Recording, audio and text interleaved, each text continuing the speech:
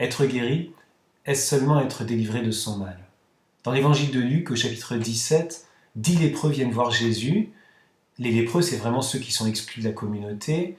Le prêtre pouvait même faire un rite qui ressemble à un rite funéraire pour marquer leur exclusion, signifier qu'ils étaient maintenant en marge de la société, qu'ils n'existaient plus pour la société. Alors ces lépreux viennent voir Jésus, se tiennent à distance, élèvent la voix alors qu'on sait que les lépreux avaient une voix atténuée et demandent à Jésus d'être purifiés.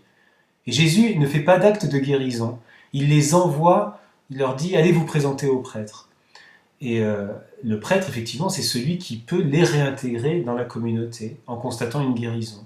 Donc là, ils partent non guéris et c'est sur ce chemin qu'ils seront purifiés. Et seulement un étranger, vient voir Jésus pour remercier et pour rendre gloire à Dieu. Il se prosterne devant Jésus. Alors quand on voit ce texte-là, on peut se dire qu'il y a trois choses qui font partie d'une véritable guérison, et notamment une guérison spirituelle qui peut accompagner la guérison physique. D'abord, c'est que les lépreux font confiance. Donc être guéri, c'est partir en confiance même lorsque tout le mal est encore là.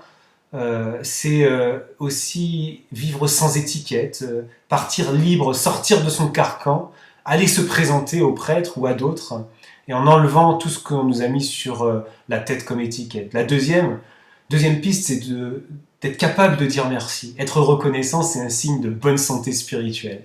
Et la troisième chose, c'est sans doute d'accepter l'invitation que fait le Christ à cet étranger lépreux. Va, relève-toi et va. C'est-à-dire d'accepter une invitation à maintenant prendre sa vie en main et de prendre en considération que la rencontre avec le Christ a permis que ma vie soit renouvelée. Et ainsi, le lépreux peut choisir la vie.